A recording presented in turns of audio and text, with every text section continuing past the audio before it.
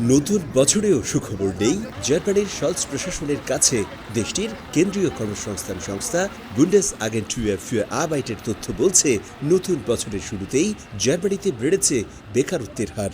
সংস্থাটির পরিসংখ্যান বলছে, বেকারদের সংখ্যা এখন 30 লাখের কাছাকাছি, যা গেল কয়েক বছরের তুলনায় কয়েক গুণ বেশি।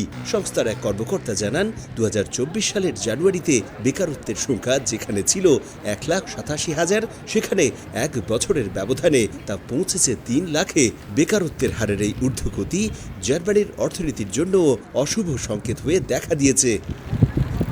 কেন্দ্রীয় কর্মসংস্থান সংস্থার তথ্য মতে, বছর শেষে চুক্তিভিত্তিক কাজের মেয়াদ শেষ হয়ে যাওয়া এই বেকারত্বের অন্যতম কারণ।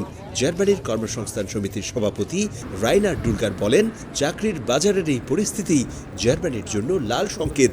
সংকট সমাধানে আমলাতান্ত্রিক জটিলতা নিরসন ও বেতন বৈষম্য কমাতে হবে। এছাড়া জ্বালানি খাতে মূল্য না কমানো গেলে বেশ কিছু শিল্প প্রতিষ্ঠান বন্ধ হতে পারে, যা দেশটির অর্থনীতিতেও মারাত্মক প্রভাব ফেলবে। এদিকে জার্মান অর্থনীতির সবচেয়ে বড় নির্ভরতার প্রতীক যন্ত্রাংশ ও গাড়ি নির্মাণ শিল্প। তবে যুক্তরাষ্ট্রসহ বিশ্ববাজারে সেসব পণ্যের রপ্তানি কমে যাওয়ার পাশাপাশি ভবিষ্যতে সব ধরনের পণ্যের উপর ডোনাল্ড ট্রাম্পের শুল্ক আরোপের হুমকির কারণে জার্মানির অনেক প্রতিষ্ঠানই তাদের কর্মীদের ছাঁটাই করছে বলেও জানায় কর্মসংস্থান বিশ্লেষকরা।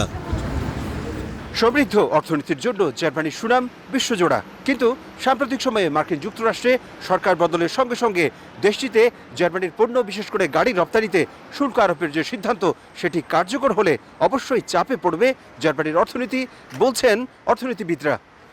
জার্মানির বার্লিন থেকে বিট্টু বড়ুয়া, সময় সংবাদ।